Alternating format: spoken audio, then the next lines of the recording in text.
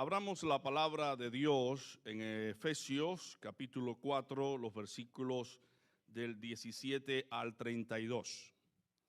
Tuvimos a bien utilizar una escritura durante el programa como relativa y básica también para este mensaje que trata acerca del nuevo nacimiento. Pero el nuevo nacimiento lo vemos de una manera práctica y más específica, concreta, en Efesios capítulo 4, los versículos del 17 al 32. Efesios 4, del 17 al 32. Dice así la palabra de Dios. Esto pues digo y requiero en el Señor, que ya no andéis como los otros gentiles, que andan en la vanidad de su mente, teniendo el entendimiento entenebrecido, ajenos de la vida de Dios por la ignorancia que en ellos hay, por la dureza de su corazón. Estos, después que perdieron toda sensibilidad, se entregaron al libertinaje para cometer con avidez toda clase de impureza. Pero vosotros no habéis aprendido así como Cristo lo enseña en su palabra, si en verdad lo habéis oído y habéis sido por él enseñados por Cristo, conforme a la verdad que está en Jesús, en cuanto a la pasada manera de vivir, despojaos del viejo hombre, que está corrompido, que se ha echado a perder por los deseos engañosos. Renovaos en el espíritu de vuestra mente y vestíos del nuevo hombre creado según Dios en la justicia y santidad de la verdad. Por eso, desechando la mentira, hablad verdad cada uno con su prójimo, porque somos miembros los unos de los otros. Airaos, pero no pequéis. No se ponga el sol sobre vuestro enojo, ni deis lugar al diablo.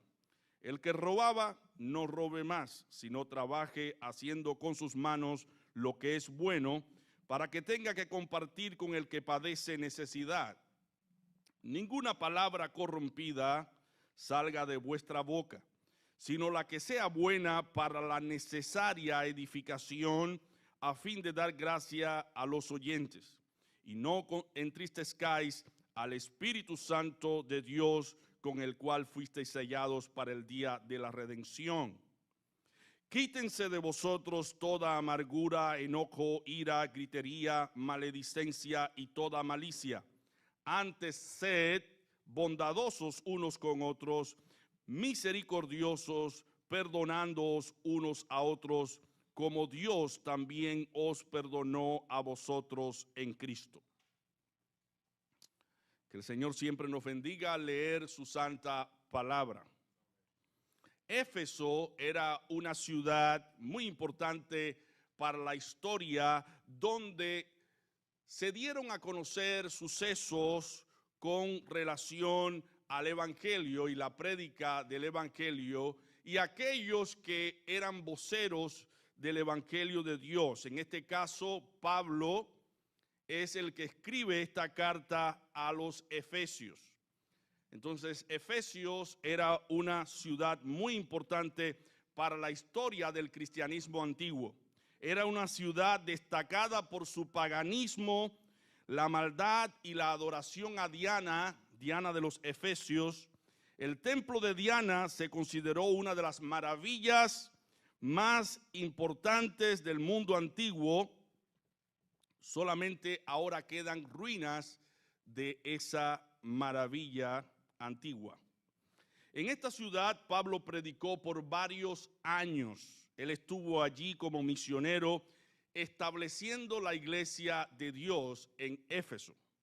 Pablo pone como encargados a dos personas, a Aquila y Priscila, como encargados de la obra. Luego que él terminó su trabajo misionero, quedaron allí Aquila y Priscila. Luego Timoteo asume la responsabilidad como encargado de la obra, como obispo, como pastor. Y andando el tiempo, el apóstol Juan, después que él sufrió martirio, vino a pastorear la iglesia de los Efesios. Esta es una de las iglesias que el Apocalipsis nos refiere en el capítulo 2, del 2 al 5. Allí se puede leer un mensaje que Dios da a la iglesia de Éfeso, que Cristo da a la iglesia de Éfeso. Y le dice a la iglesia de Éfeso: yo conozco tus obras y tu arduo trabajo y paciencia, y que no puedes soportar a los malos. Y has probado a los que se dicen ser apóstoles y no lo son, y los has hallado mentirosos, y has sufrido y has tenido paciencia, y has trabajado arduamente por amor de mi nombre, y no has desmayado. Jesucristo reconoce las virtudes de la iglesia de Éfeso. Era una iglesia trabajadora, era una iglesia paciente, no comulgadora con los malos, era una iglesia sufrida, porque estaba sufriendo persecución por causa del nombre de Cristo. Y también era una iglesia perseverante. Sin embargo, recibe una fuerte reprensión de parte de Dios, porque esta iglesia había dejado su primer amor. Versículo 4: pero tengo contra ti que has dejado tu primer amor. Recuerda, por tanto, de dónde has caído y arrepiéntete y haz las primeras obras, pues si no, vendré pronto a ti y quitaré tu candelero de su lugar si no te hubieres arrepentido. Esta sentencia fue cumplida porque la iglesia fue quitada de aquella ciudad. La iglesia de Éfeso no pudo mantener su integridad hasta el final. Era una advertencia, pero que se cumplió exactamente así, porque la iglesia de Éfeso fue quitada de allí, no pudo mantener su candelero, no pudo mantener su testimonio. Y desde los versículos 17 al 32 del capítulo que vamos a estar considerando, el apóstol Pablo distingue la vida de aquellos que se han alejado del amor de Cristo, que han perdido el primer amor. Aquí entra la iglesia de Éfeso. Aquella iglesia había perdido su primer amor. En esta escritura, de la cual vamos a estar predicando, que Pablo le escribe a la iglesia de Éfeso, su carta hablándole acerca de los requisitos como cristianos que debemos observar, Pablo le habla de los aspectos que distinguen una vida alejada del amor de Cristo, en primer lugar. Luego Pablo habla acerca de los aspectos que llevan a experimentar una conversión genuina, y finalmente Pablo habla acerca de los aspectos que evidencian que un creyente en verdad se ha rendido a los pies de Cristo. Por esto he titulado este sermón La nueva vida en Cristo. La nueva vida en Cristo. Dice Romanos 15, versículo 4, porque las cosas que se escribieron antes para nuestra enseñanza se escribieron, a fin de que por la paciencia y la consolación de las Escrituras tengamos esperanza. La iglesia de Éfeso, como toda iglesia de Jesucristo, debe saber que cuando Cristo no es el centro de nuestra adoración, otras cosas ocuparán el lugar de Cristo en nuestro interior. Y esto es un pecado de idolatría. Todo lo que ocupa el primer lugar en nuestra preferencia desde nuestro corazón, que no sea Jesucristo, para la Biblia es un ídolo. De ahí que el apóstol Pablo nos enumere los requisitos o los aspectos que distinguen a una vida alejada del amor de Cristo. Dice Pablo, versículo 17 al 21, que es la primera sección que habla acerca de este punto. Esto pues digo y requiero en el Señor, que ya no andéis como los otros gentiles, que andan en la vanidad de su mente, teniendo el entendimiento entenebrecido, ajenos de la vida de Dios por la ignorancia que en ellos hay, por la dureza de su corazón, los cuales, después que perdieron toda sensibilidad, se entregaron a la lascivia para cometer con avidez toda clase de impureza. Mas vosotros no habéis aprendido así a Cristo, si en verdad le habéis oído y habéis sido por él enseñados conforme a la verdad que está en Jesús. Pablo quería que la iglesia de Éfeso no imitara aquella generación que estaba ajena al amor de Cristo. Y Pablo no quería ver las características de aquellos conciudadanos en los miembros del cuerpo de la iglesia de Éfeso. Y por eso exhorta a la iglesia de Éfeso y le pone un ejemplo concreto de cuál es el carácter de aquellos que están alejados del amor de Cristo. En primer lugar, Pablo dice que tienen una mente vana. Versículo 17. Versículo 17 dice: esto pues digo y requiero en el Señor, que ya no andéis como los otros gentiles, que andan en la vanidad de su mente. La vanidad aquí significa vaciedad. En el Salmo 104, o mejor dicho, en el Salmo 110, versículo 4 al 5, dice la escritura que el malo, por la altivez de su rostro, no busca a Dios. No hay Dios en ninguno de sus pensamientos. Sus caminos son torcidos en todo tiempo. Los juicios de Dios los tiene muy lejos de su vista.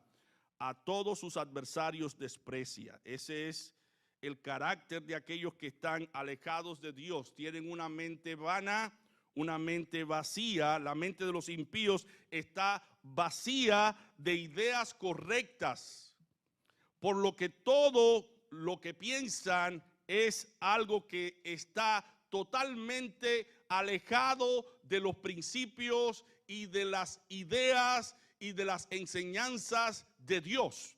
Y por eso tienen una mente vana, dice Pablo. También, en segundo lugar, están llenos de tinieblas, llenos de oscuridad. Cuando uno está en tinieblas, no puede ver, no puede discernir entre lo bueno y lo malo. Cuando uno está en oscuridad, no puede ver. Puede caer en un precipicio y matarse. Cuán importante es la vista, pero cuán importante también es caminar en un lugar iluminado, en un lugar que podemos ver dónde podemos pisar y dónde no podemos pisar. Así que las personas que están alejadas del amor de Cristo, dice Pablo, están sumidas en tinieblas. Ellos no ven cuáles son las consecuencias de sus actitudes y las decisiones que toman. Dice Pablo en 1 Corintios 2, versículo 14, pero el hombre natural no percibe las cosas que son del Espíritu de Dios, porque para él son locuras, y no las puede entender porque se han de interpretar espiritualmente, se han de discernir espiritualmente. Ellos no entienden ningún tema espiritual, no los pueden comprender, entender, y por esa razón su entendimiento para comprender las verdades de Dios está entenebrecido, está en oscuridad. Ellos no pueden entender. Estos tienen una conciencia también cauterizada debido a que ellos no entienden las cosas de Dios. Y cuando se habla de una conciencia cauterizada, se habla de una conciencia que no siente, de una conciencia que ha perdido su sensibilidad. Como ustedes saben, la conciencia en el ser humano tiene la función de felicitarnos cuando hacemos algo bueno y de condenarnos o censurarnos cuando hacemos algo malo. Las personas que están alejadas de Dios, llega el tiempo en que es tanta la maldad en la que ellos están, que pierden la sensibilidad totalmente en su conciencia, y ya su conciencia no les dice si algo es bueno o malo. Por esa razón, muchos llegan a matar a inocentes. ¿Cuántas veces nos hemos enterado de personas que han entrado a las escuelas y han matado maestros y alumnos? Es una conciencia cauterizada. Ya es tanta la maldad que ellos no son sensibles a la necesidad y al dolor humano. Cuando estamos alejados de Dios, estamos en esa situación. No nos importa nada, solamente nos importa satisfacer nuestros propios deseos. Por eso Pablo dice, como otra característica, que estas personas están ajenas de Dios. Para ellos Dios no existe. Es como si Dios no existiera. Es como si tú y yo ignoráramos el sol. Sabemos que el sol sale cada mañana y calienta la tierra, transmite las vitaminas que necesitamos para la vida. Uno está consciente de que ese sol está allí, pero cuando la conciencia nuestra está cauterizada, está tan ensimismada en la maldad y en la corrupción humana, ya no nos percatamos que ese sol está ahí, lo ignoramos por completo. Bueno, así están las personas que están ajenas de Dios. La vida espiritual, la vida que nosotros vivimos, le parece como una locura. Le parece como una locura hablar decentemente. Ir a la iglesia es una locura. No engañar a la esposa o al esposo con otra mujer o otro hombre es una locura. ¿Cómo es posible que estas personas se puedan mantener con una sola persona toda la vida? ¿Cómo estas personas se pueden mantener sin ir a las fiestas, tomar, beber? ¿Cómo estas personas se pueden mantener sin probar la droga, sin probar esto y sin probar lo otro? Les parece en verdad una locura que nosotros estemos en el camino del bien, porque ellos están ajenos de la vida de Dios. Pero lo más triste de todo es que algunos, teniendo conocimiento de Dios, se sientan ávidos o deseosos de probar lo malo. Y aquí caemos en la advertencia de Pablo. Pablo le está diciendo a los creyentes, ustedes miren las características de aquellas personas que no tienen el amor de Jesucristo, no imiten sus obras, no permitan que las obras de ellos sean practicadas por ustedes. Los creyentes también corremos el riesgo de pecar, de ofender a Dios, de practicar cosas que a Dios no le agrada. Y esto también habla de la insensibilidad religiosa. Cuando Cristo pone el ejemplo en Lucas 10, del 30 al 32, que habla del buen samaritano, dice la escritura, un hombre descendía de Jerusalén a Jericó y cayó en manos de ladrones, los cuales le despojaron e hiriéndole se fueron dejándole medio muerto. Aconteció que descendió un sacerdote por aquel camino y viéndole pasó de largo. Asimismo un levita llegando cerca de aquel lugar, viéndole pasó de largo. Tanto el sacerdote como el levita habían tenido la oportunidad de socorrer la necesidad de aquella persona que estaba en el suelo. Pero su corazón, el corazón de ellos se había insensibilizado. Y es importante que nosotros como seres humanos y como creyentes recordemos que nosotros no estamos inmunes a pecar. Podemos pecar, podemos faltar. Y algunas características de los impíos pueden también ser parte en algún momento de nuestras características, y por esa razón debemos acercarnos cada vez más a Dios, porque somos tendientes, inclinados a lo malo. No basta decir que uno cree, uno tiene que demostrar que en verdad tiene obras que son consecuentes con esa creencia. Dice Santiago 1:26, si alguno se cree religioso entre vosotros y no refrena su lengua, sino que engaña su corazón, la religión del tal es vana. Santiago está diciendo aquí que como creyentes, si no usamos nuestra lengua para bendecir, la usamos para maldecir, eso es contradictorio con la fe que nosotros profesamos.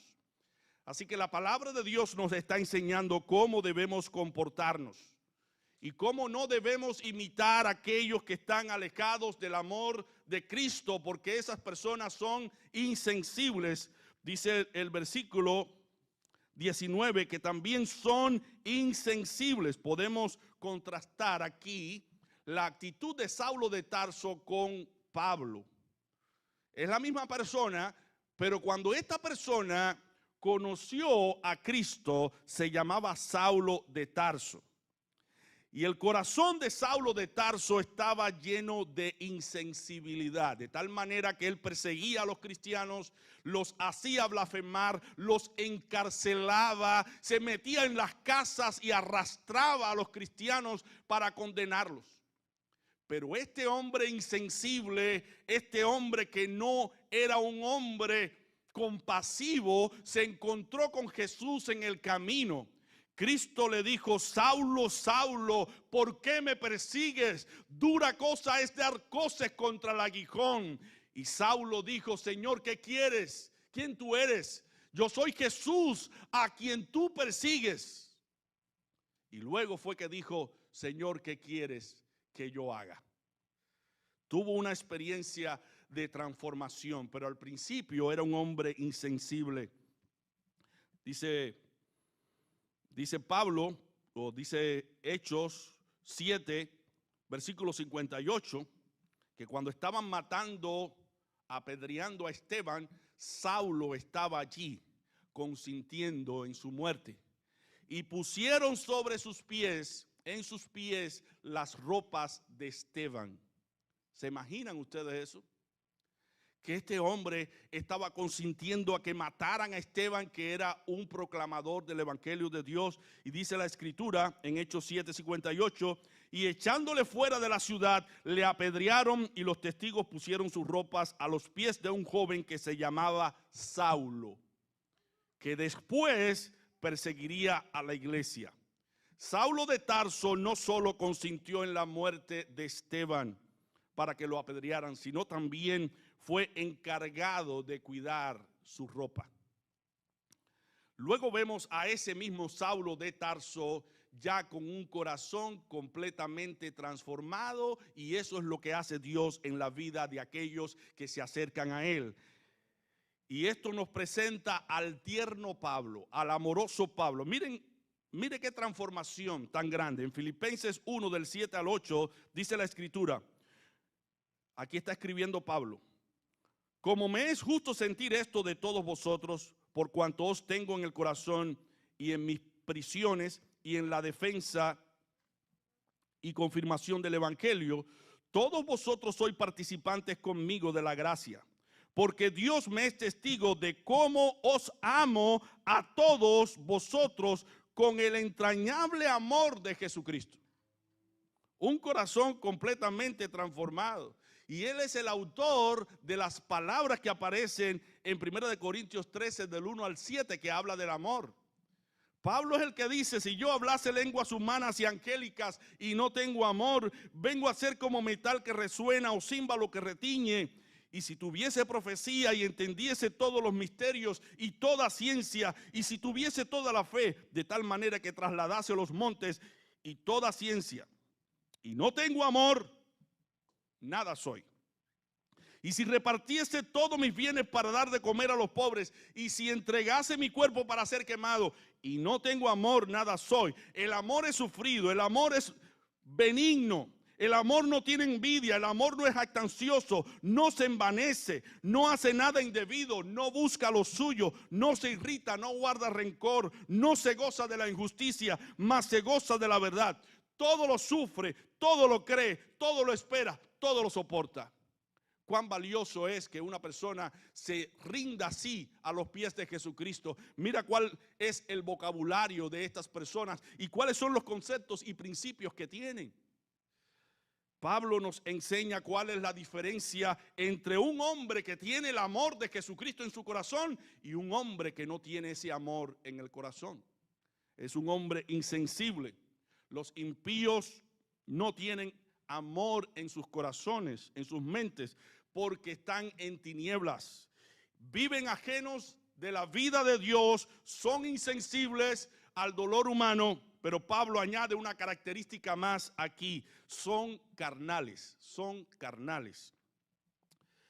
Dice el versículo 19, porque se entregaron a la lascivia para cometer con avidez toda clase de impureza. Es decir, pusieron como prioridad satisfacer los deseos pecaminosos de la naturaleza caída, anduvieron en los placeres impuros del corazón, pensaron solamente en pecar y utilizar su cuerpo para la prostitución, para el placer.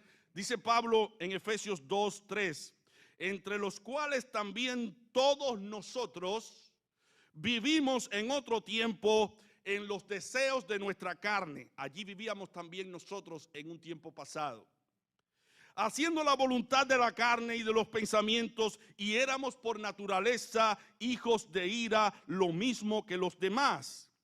Pero por la gracia de Dios, por la misericordia de Dios, fuimos alcanzados. Estábamos en una ceguedad espiritual profunda, nuestro camino estaba lleno de tinieblas, pero Jesucristo se apareció a nuestras vidas. La palabra de Dios llegó a nuestros corazones y nos transformó. Y empezamos a ver cosas que antes no veíamos. Y empezamos a sentir cosas que antes no sentíamos. Y empezamos a ser más compasivos como antes no lo éramos. Solamente por la gracia y misericordia de Dios. Ese corazón insensible, ese corazón que no se compadecía del prójimo, ese corazón que no lloraba por las necesidades del prójimo, ese corazón fue quitado y fue puesto un corazón de carne, un corazón sensible, un espíritu nuevo para andar en el camino de Dios. Si existen aspectos que distinguen una vida alejada de Dios, también existen aspectos que llevan a experimentar una conversión genuina. Y aquí pasamos a la segunda parte de la escritura que estamos considerando. Aquí Pablo se está dirigiendo a los creyentes que se han descuidado y se han vuelto a las costumbres de los que no tienen el amor de Jesucristo. Y Pablo les dice en esta parte, en cuanto a la pasada manera de vivir, le está diciendo a esos creyentes: miren, ustedes se están corriendo un poco para el mundo. Ustedes están asumiendo características de aquellos que no conocen a Dios. Y Pablo tiene que decirles: miren, en cuanto a la pasada manera de vivir, despojaos de ese hombre pecador, de ese viejo hombre que está viciado conforme a los deseos engañosos, y renovaos en el espíritu de vuestra mente. Ustedes deben experimentar una conversión genuina que afecta la mente, la voluntad y la conducta humana. Vestíos del nuevo hombre creado según Dios en la justicia y santidad de la verdad. Por eso el programa se titulaba Separados, Santificados, conforme a los propósitos de Dios.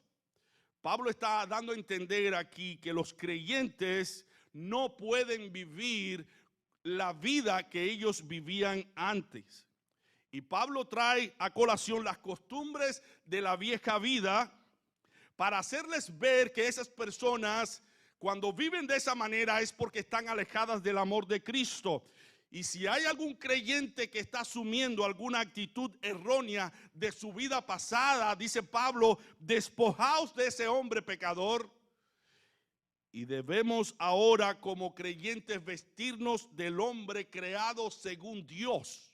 El hombre espiritual que está creado en las Sagradas Escrituras, que no es más que Cristo Jesús. Como primer aspecto, Pablo llama a los creyentes a despojarse del viejo hombre. Las ideas, los deseos, las intenciones del viejo hombre no deben ahora controlar nuestra vida. Luego de despojarse de las costumbres del viejo hombre, el creyente no debe incorporar las malas costumbres de la vieja naturaleza, porque él es un resucitado entre los muertos. Él ha resucitado con Cristo Jesús espiritualmente.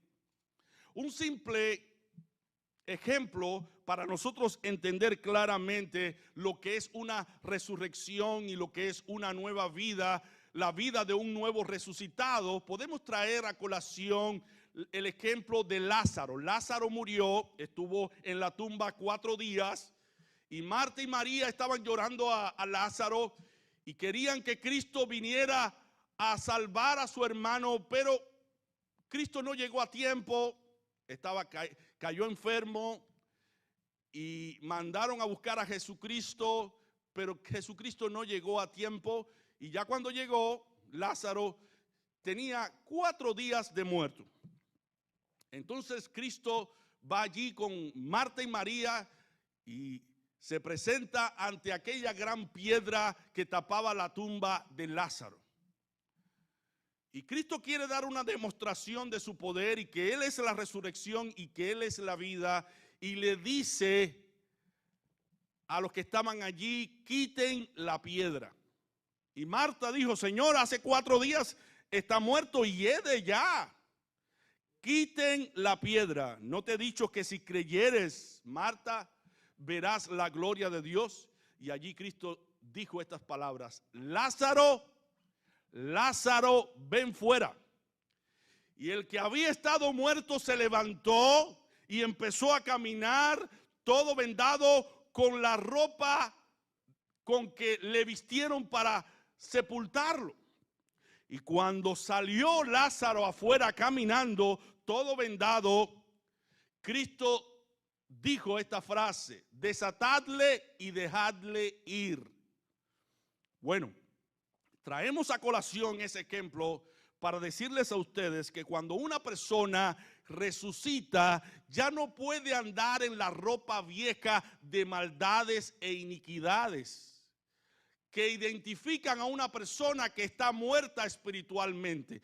Esa ropa tenemos que dejarla a un lado, tenemos que despojarnos de esa ropa, de esas costumbres pecaminosas, porque esas costumbres pertenecen a las personas que están muertas espiritualmente.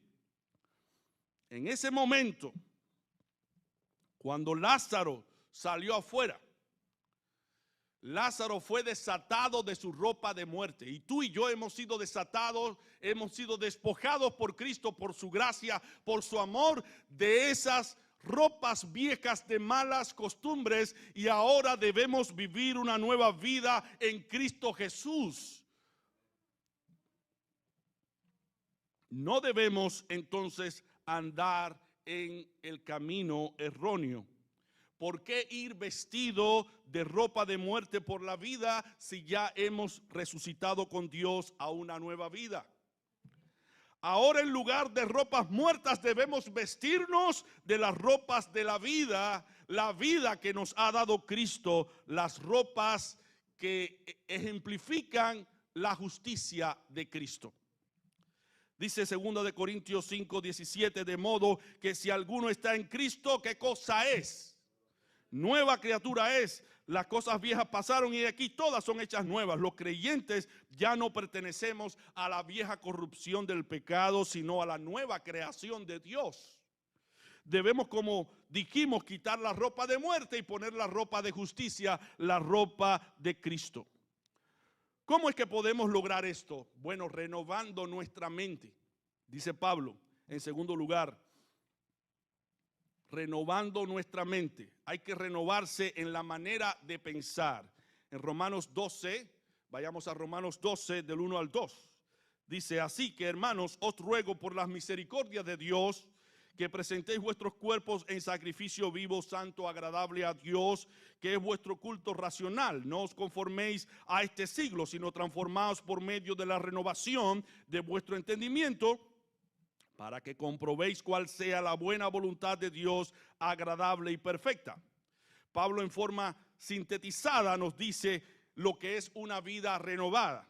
Todo parte del hecho de que el creyente escuche y practique la palabra de Dios, porque la palabra de Dios es la que nos hace resucitar. La palabra de Dios es la que nos transforma, porque la palabra de Dios es poder. Pablo en forma sintetizada nos está diciendo: lo que tú, mi hermano, y yo necesitamos es renovar nuestra mente por medio de la palabra de Dios. La palabra de Dios es la que produce el verdadero arrepentimiento, es la que nos convierte a Dios, es la que nos enseña cuál es la buena voluntad de Dios, agradable y perfecta. Y luego que resucitamos a una nueva vida y que esa palabra ha purificado nuestro corazón y nos ha limpiado y nos ha transformado, es que podemos hacer lo que dice Pablo: presentar nuestros cuerpos en sacrificio vivo, santo, agradable a Dios. La conversión se produce por la palabra de Dios. Es la que nos lleva a renovar nuestra mente y a presentar nuestros cuerpos a Dios en sacrificio.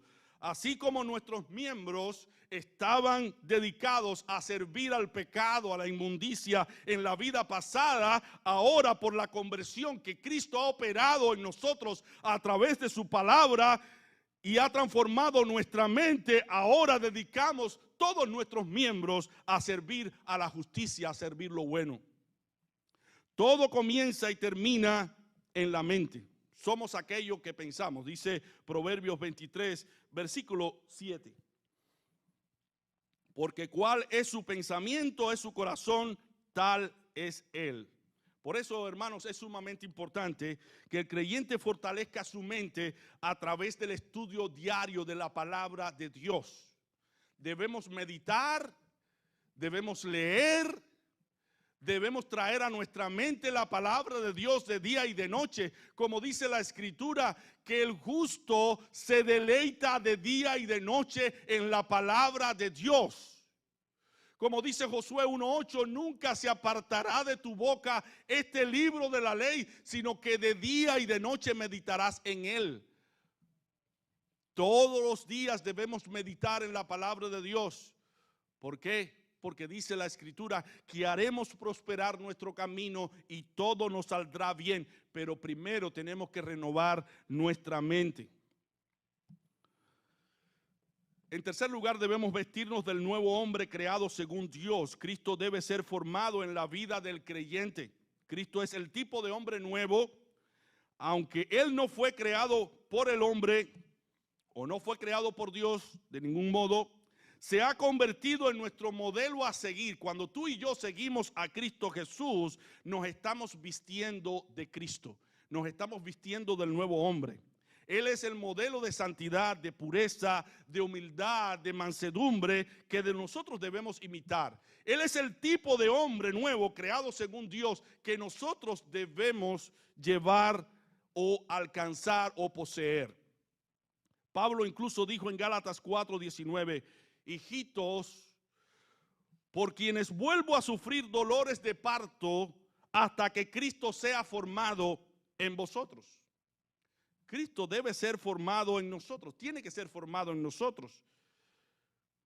Cristo es la medida, hermanos, de perfección que nosotros debemos alcanzar. Por eso Pablo es enfático en Efesios 4 del 13 al 15, hasta que todos lleguemos a la unidad de la fe y del conocimiento del Hijo de Dios, a un varón perfecto a la medida de la estatura de la plenitud de Cristo, para que ya no seamos niños fluctuantes, llevados por doquiera de todo viento de doctrina, por estratagemas de hombres que para engañar emplean con astucia las artimañas del error, sino que siguiendo la verdad en amor, crezcamos en todo en aquel que es la cabeza, esto es Cristo. Pero para eso tenemos que ingerir a Cristo. ¿Y cómo ingerimos a Cristo? A través de su palabra. Cuando tú y yo leemos su palabra, leemos las enseñanzas de Cristo, podemos reflejar la imagen, el carácter, la personalidad de Cristo en nuestro hogar, en nuestro trabajo, en la iglesia, en todo lugar. Debemos entonces vestirnos de Cristo, y no hay otro modo de vestirse de Cristo que estudiar su palabra. Pablo no simplemente se ocupó de explicarnos entonces, hermanos, los aspectos de una vida alejada del amor de Cristo y los aspectos que llevan a experimentar una conversión genuina, sino que en tercer lugar, Pablo pasa a explicar en su carta la manera práctica de reflejar los frutos de una conversión genuina. No basta decir soy cristiano. Yo tengo que demostrarlo a través de mis obras. Por eso esto nos lleva de la mano a los aspectos que evidencian que un creyente ha rendido su vida a Cristo por completo. Tanto la posición de Cristo en Cristo como la conversión en Cristo debe evidenciarse por las obras. Dice Efesios 4, del 25 al 32. Por lo cual, desechando la mentira, hablad verdad cada uno con su prójimo, porque somos miembros los unos de los otros. Airaos, pero no pequéis. No se ponga el sol sobre vuestro enojo, ni deis lugar al diablo. El que hurtaba no hurte más, sino trabaje haciendo con sus manos lo que es bueno, para que tenga que compartir con el que padece necesidad. Ninguna palabra corrompida salga de vuestra boca, sino la que sea buena para la necesaria edificación, a fin de dar gracias a los oyentes. Y no contristéis al Espíritu Santo de Dios, con el cual fuiste sellados para el día de la redención. Quítense de vosotros toda amargura, enojo, ira, gritería y maledicencia y toda malicia. Antes sed benignos unos con otros, misericordiosos, perdonándoos unos a otros como Dios también os perdonó a vosotros en Cristo. En primer lugar, Pablo dice, si tú y yo nos hemos convertido por completo a Cristo, hemos renovado nuestra mente y ahora somos cristianos, debemos ejemplificar que lo somos desechando la mentira y amando la verdad. Desechando la mentira y hablando la verdad. Un creyente no debe decir mentira. Cuando andamos sin Cristo, la mentira se convierte en un hábito que nos hace complacidos porque obtenemos lo que queremos con mentiras, con falsedad. Usamos la mentira, el fingimiento, la simulación, el engaño para lograr lo que queremos lograr. Pero una vida que se basa en la mentira, en el engaño, en el fingimiento, en la hipocresía, es una vida que no está convertida a Cristo. Por eso Pablo dice, mas ahora, como en Cristo, como estamos en Cristo, debemos hablar la verdad unos con otros. De lo contrario, estamos evidenciando que no nos hemos convertido completamente a Cristo. La conversión hay que demostrarla a través de nuestras obras. Cristo dirige sus palabras a los escribas y fariseos y les reprende porque vivían fingiendo sentimientos que ellos no sentían. Y esto es una especie de mentira y engaño. Dice en Juan 8:45, vosotros sois de vuestro padre el diablo, le dice a los fariseos, y los deseos de vuestro padre queréis hacer. Él ha sido homicida desde el principio y no ha permanecido en la verdad, porque no hay verdad en él. Cuando habla mentira, de suyo habla, porque él es mentiroso y padre ¿de qué? De mentira. No nos parecemos más al diablo que cuando nosotros mentimos o practicamos la mentira. Entonces la mentira no debe existir en un cristiano, en un creyente. Debemos hablar la verdad. Número 2. Debemos también controlar nuestros impulsos y emociones humanas que dañan la vida de los demás y la vida propia. Tenemos que dejar a un lado la ira, el enojo, las griterías, las enemistades, los pleitos, y no dar lugar al diablo. Dice la escritura, airaos, pero no pequéis. No se ponga el sol sobre vuestro enojo, ni deis lugar al diablo. La ira y el enojo humano incontrolado es comparado con la rueda que nosotros subimos a la colina de una montaña con mucho esfuerzo, una rueda.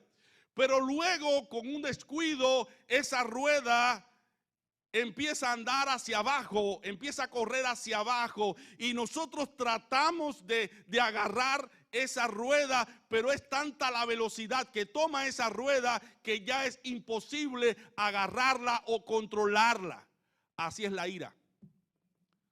Llega el momento en que estamos nosotros pensando que podemos controlar la ira y el enojo, pero llega el momento que es tanta la soberbia y la ira que nos salimos de nuestro control y ya por mucho que nosotros queramos controlar la ira, ya es imposible.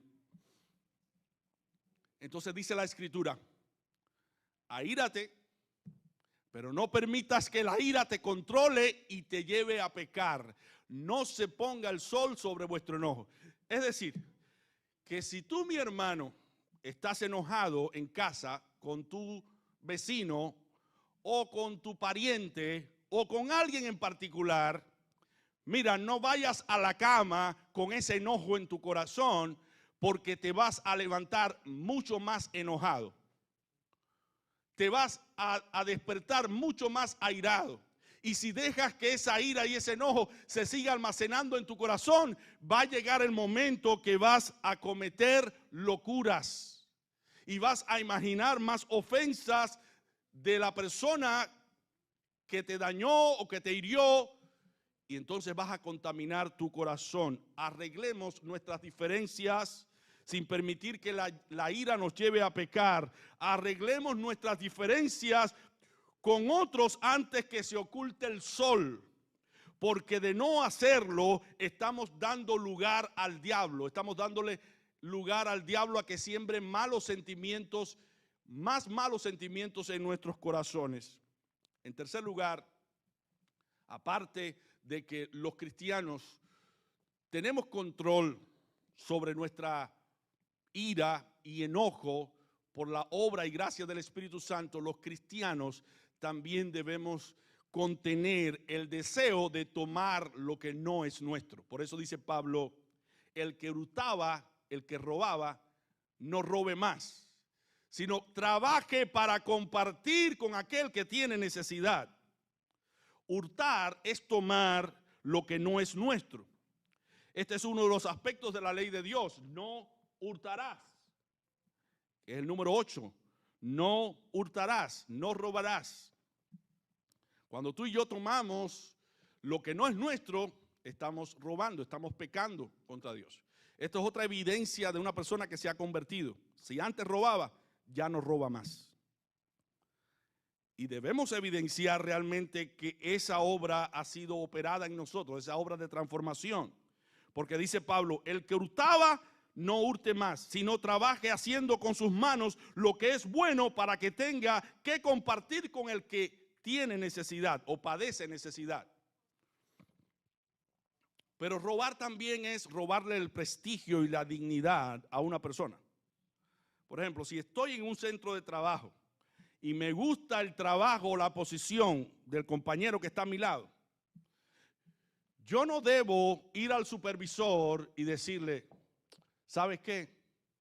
Esa persona que está en esa posición no debe estar en esa posición porque es una persona mala, es una persona hipócrita, es una persona llena de maldad, iniquidad, es una persona que habla mal de todos aquí, es una persona que tiene malos sentimientos. Y entonces yo estoy minando la mente del supervisor para que vote a esta persona, la expulse de su posición para yo quedarme en la posición de esa otra persona. Si nosotros practicábamos eso antes de venir a la fe, ahora no lo practicamos más porque somos cristianos. Nosotros no le metemos en la mente a las personas ideas en contra de otras personas, porque esa actitud no es una actitud cristiana. Porque eso también es robar el prestigio y la dignidad de otras personas y es hacerle daño a otros. Por eso Pablo pasa a decirnos que no debemos hurtar. En cuarto lugar, tenemos que tener un vocabulario santo, un vocabulario bueno. De nuestra boca no deben salir sandeces, groserías, malas palabras, dichos de doble sentido, porque ahora somos nueva criatura en Cristo Jesús. ¿Qué dice Pablo?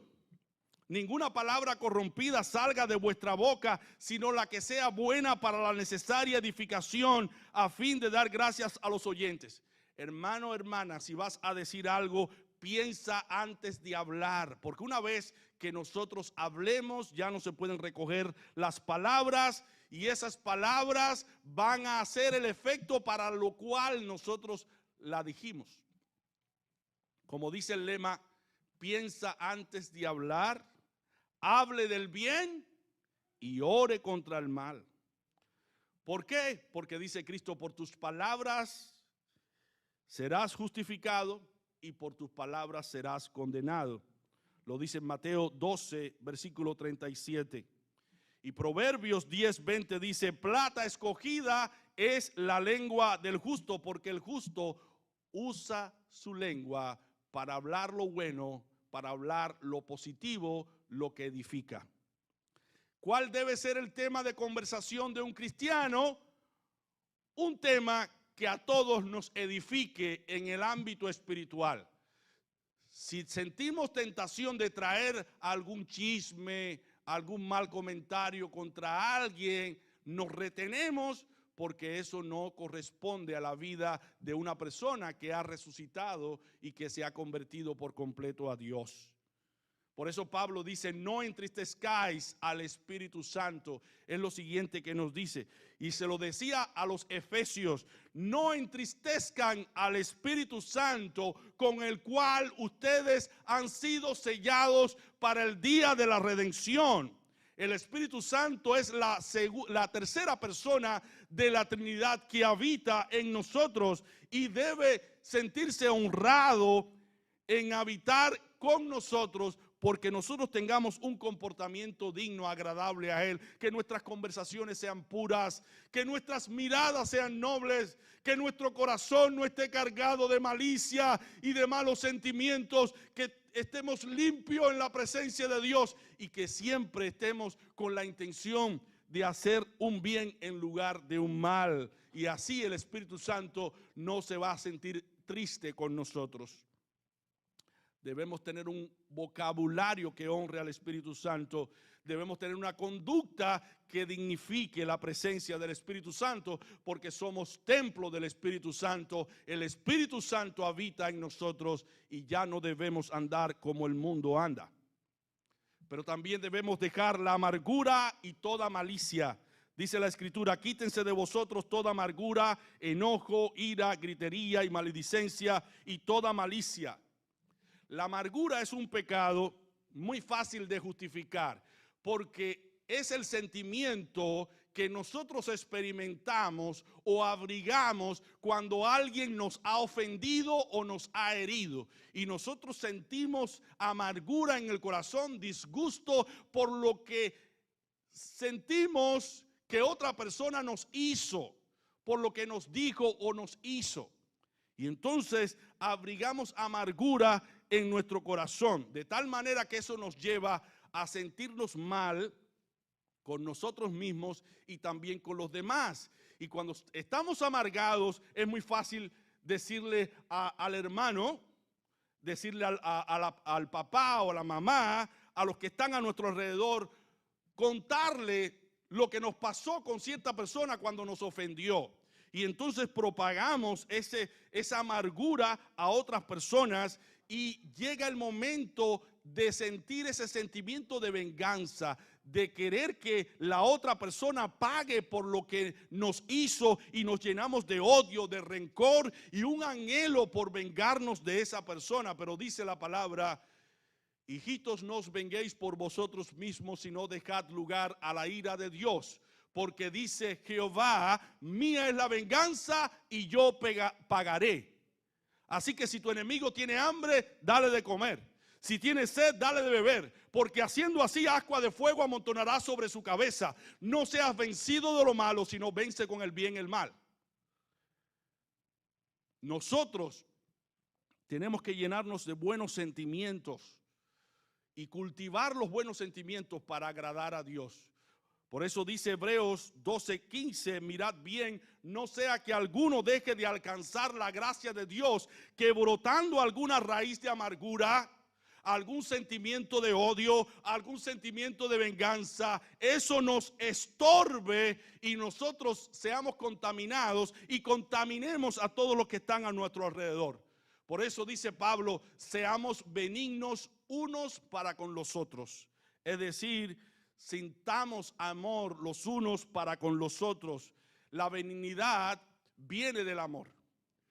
Y la benignidad es tratar a los demás con gracia, con misericordia, con compasión. Por eso, en octavo lugar, dice Pablo, misericordiosos. Debemos ser misericordiosos unos con otros. La misericordia es la benignidad en acción. No de balde dice Cristo, bienaventurados los misericordiosos, porque ellos alcanzarán misericordia.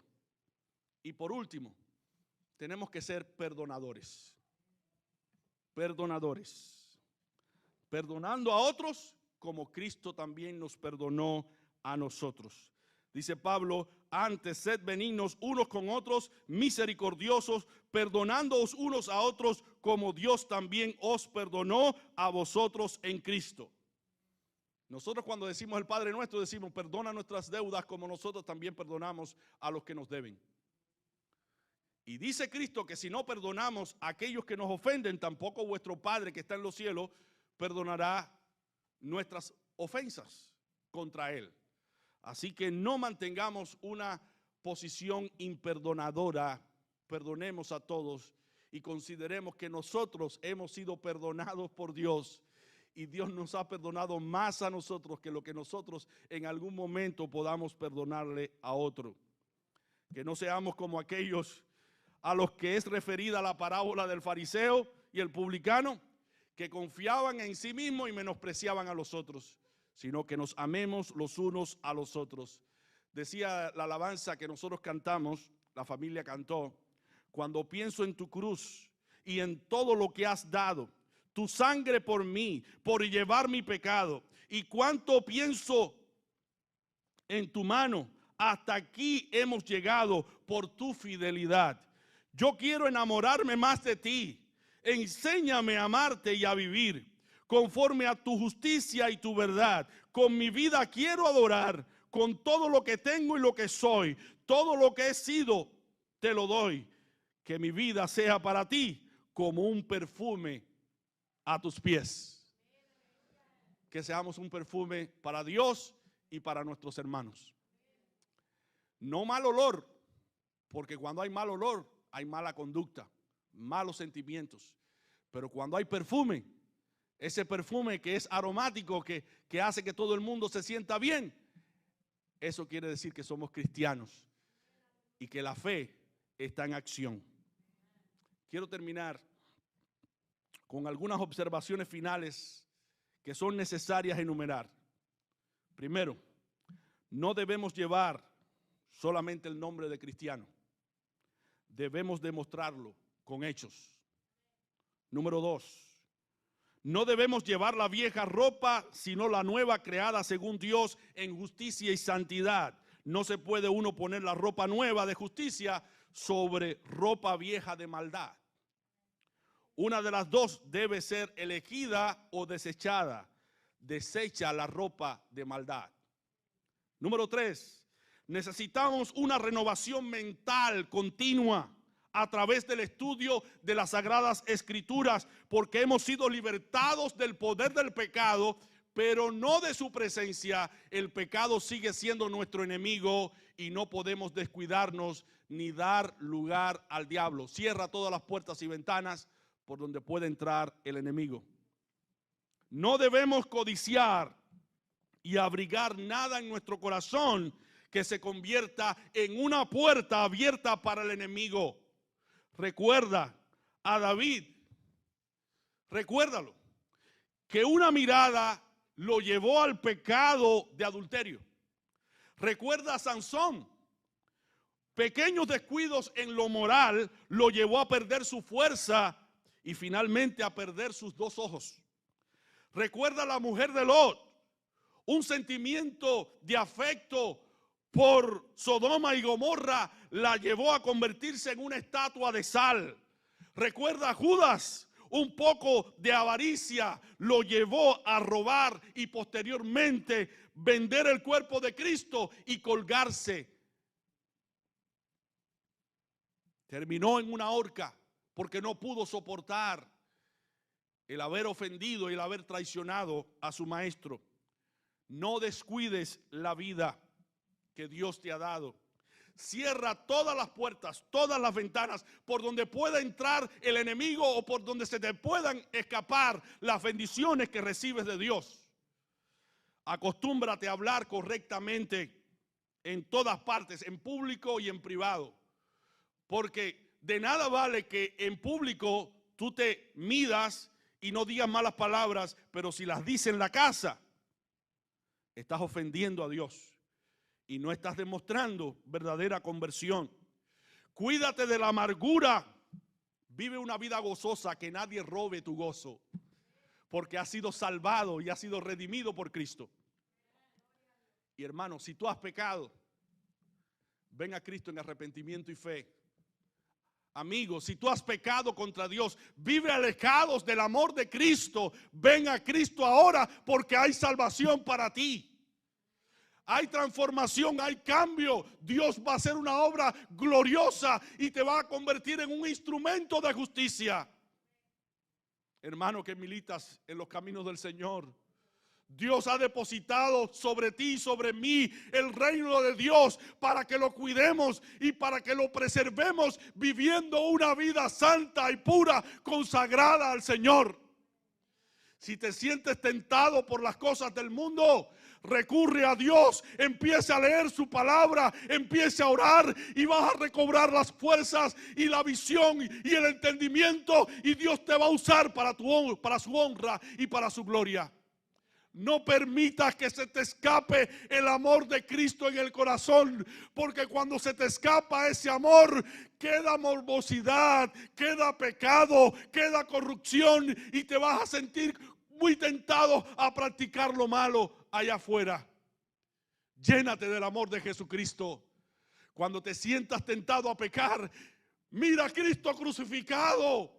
Él fue crucificado por ti. Él fue crucificado para salvarte. Y ahora debes darle gracias a Jesucristo por la salvación gloriosa que Él te ha dado. Esta es la nueva vida en Cristo Jesús que debemos vivir. La vida que nos ha enseñado el apóstol Pablo a través de esta escritura. Que de todo el nombre de Dios sea glorificado. Amén.